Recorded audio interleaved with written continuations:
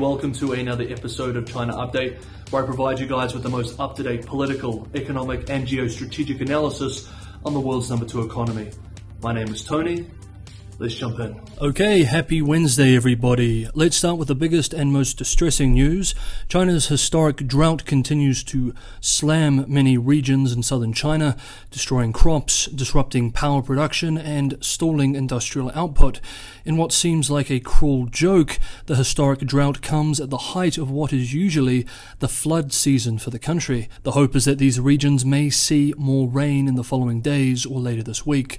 As we have discussed, Sichuan province, population 81 million, is deeply reliant on hydropower production, and some analysts are warning that even if weather conditions eased tomorrow, it could take months for some regions to recover to healthy dam reservoir levels. In an interview with state-run CCTV, the Deputy Chief Engineer of State Grid Sichuan's Regulation and Control Center expressed that Sichuan relies on hydropower for 82% of its power generation, but water levels in its main reservoirs have reached the bottom, more than halving hydropower capacity. This week, the National Energy Administration acknowledged supply challenges caused by high temperatures and the lack of hydroelectricity generation, and vowed to accelerate hydro and nuclear power projects and build more transmission lines across regions. However, this policy response will not be useful for at least another 5 to 7 years. According to state-run Sichuan Daily, as of Monday this week, 67 coal power plants have been brought online to replace the hydropower deficit. However, this is not enough, and power rationing, especially for industrial users, has to continue. Quote, China is now suffering from the strongest heat wave in 6 decades, and Sichuan's Dazhou, a city that is home to more than 5.3 million people, has seen particularly high temperatures. The city has been without power for 6 to 7 hours a day in the last week. End quote.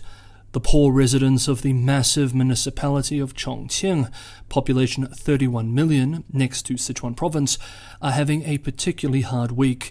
If fire, power shortages and drought wasn't enough, yesterday the city announced several dozen COVID cases and that the process of zero COVID implementation had started. And while we're on COVID, we should note that yesterday a county-level city, just somewhere west of Beijing, went into a lockdown after the discovery of several cases.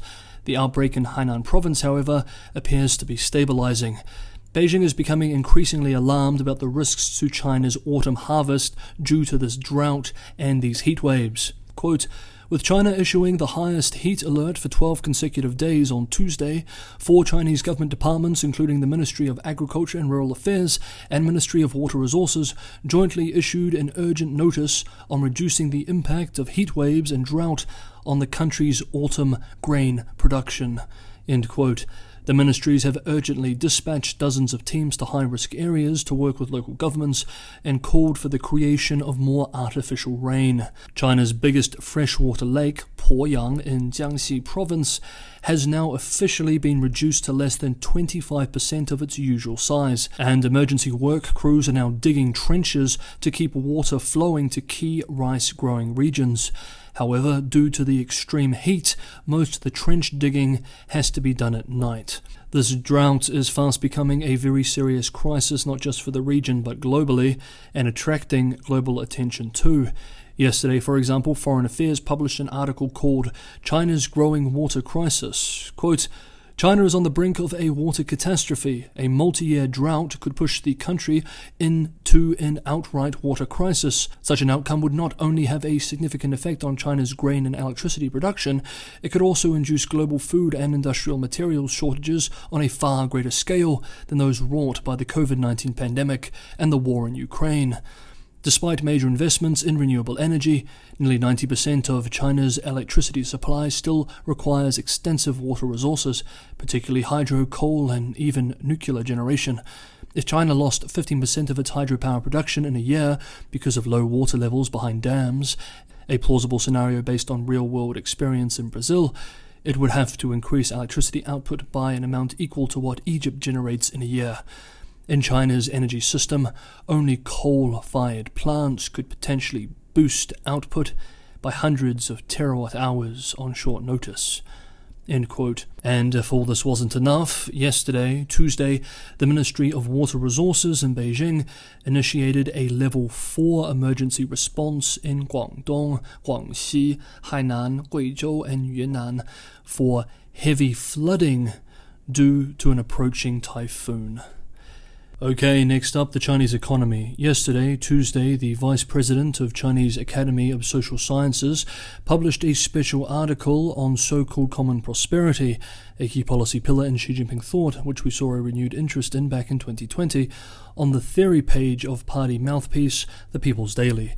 The article appears to be reframing the policy concept away from harder socialist ideas, an admission perhaps that greater state intervention in the economy these last few years has resulted in politically unacceptable GDP growth slowdown. We can see in the language an attempted balance, theoretically and rhetorically at least, between growth and distribution concerns. Quote, common prosperity is an important category of Xi Jinping economic thought, consisting of two key words, common and prosperity. The premise of prosperity is development, which requires that the cake be made bigger and bigger.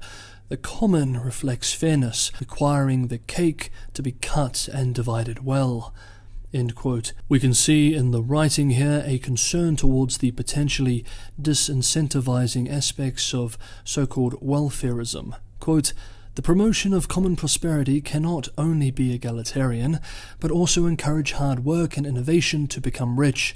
A happy life is the result of struggle, and common prosperity is created by hard work and wisdom. Only when everyone participates and everyone does his or her best can we truly achieve prosperity for all. End quote. Next up, an internal letter warning of tough times ahead, written by Huawei founder Ren Zhengfei, has been made public. The remarks within the letter are surprisingly candid and pessimistic, especially considering the author's business acumen, political connections, and staunch patriotism. The letter warns of a very difficult next 3 to 5 years for the national and international economy. Quote, over-optimistic expectations for the future should be adjusted, and in 2023 or even 2025, we must adopt survival mode. End quote. It also says that Huawei must change its thinking and business policy. Next up, in a highly symbolic move, it is being reported that US technology giant Apple Inc. plans to begin manufacturing the iPhone 14 in India about 2 months after the product's initial release in China. It's being reported that the company is making the move to shorten the lag in production of the new iPhone from the typical 6 to 9 months. There are also rumors that Apple executives have been startled by the many lockdowns seen in China this year, especially the Shanghai lockdown, and are seeking to diversify its production. Others speculate that the deepening US-China competition, especially in trade and technology, is a real risk for the American company. It's reported that Apple and Foxconn are looking at shipping components from China and assembling the iPhone 14 device at a plant in southern India. And finally, for the Chinese economy, Chinese financial media outlet Caixin reports today that, quote, more Chinese cities join the parade of slashing down payments for buyers of second homes to help prop up the ailing housing market. End quote.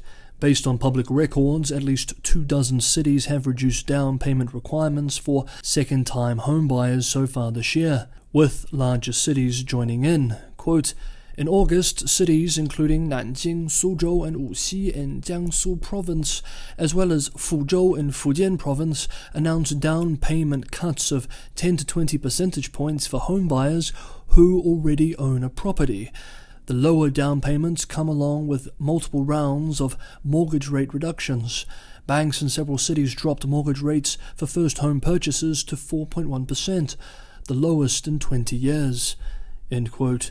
The combination of mortgage rate cuts and down payment reductions are intended to encourage people to use leverage to make purchases, even though these developments increase the already serious risk of financial crisis, and doesn't really create much new real demand, but only credit. However, as analysts have warned for months now, confidence in the sector and household incomes generally have both been hit so hard this year that there simply is not demand. Quote, in the first 7 months of this year, medium to long-term loans taken out by Chinese households, mainly mortgage loans, declined 56% to 1.71 trillion yuan, $249 million US. End quote. Hey guys, if you enjoyed today's episode of China Update, don't forget to hit that like button. It's a huge help. And for anyone who wants to go the extra mile and really help me continue producing these episodes every day, keep the channel subscriber supported and sustainable. Patreon and Buy Me a Coffee links are in the description below. This is a tremendous helping hand. Okay, that is today's episode of China Update. Thank you so much everybody for watching. Thank you for all the support. I will see you all tomorrow.